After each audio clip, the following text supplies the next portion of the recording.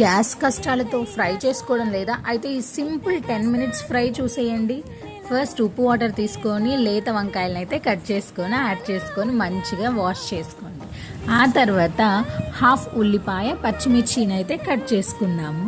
ఆ తర్వాత మంచి ప్యాన్ తీసుకొని ఆయిల్ వేసుకొని ఆయిల్ హీట్ అయిన తర్వాత పోపు యాడ్ చేసుకొని అదే పోపులో ఉల్లిపాయ పచ్చిమిర్చి ఎండుమిర్చిని కూడా యాడ్ చేసుకుందాము.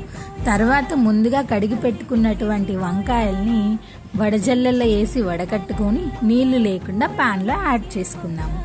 ఆ తర్వాత మూత పెట్టి ఉడికించుకోండి, ఎందుకంటే గ్యాస్ కష్టాలు ఉన్నాయి కదా, తొందరగా ఉడికిపోతుంది.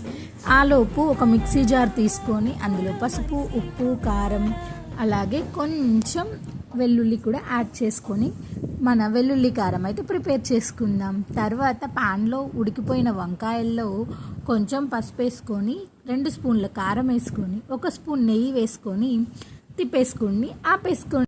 ఆహా,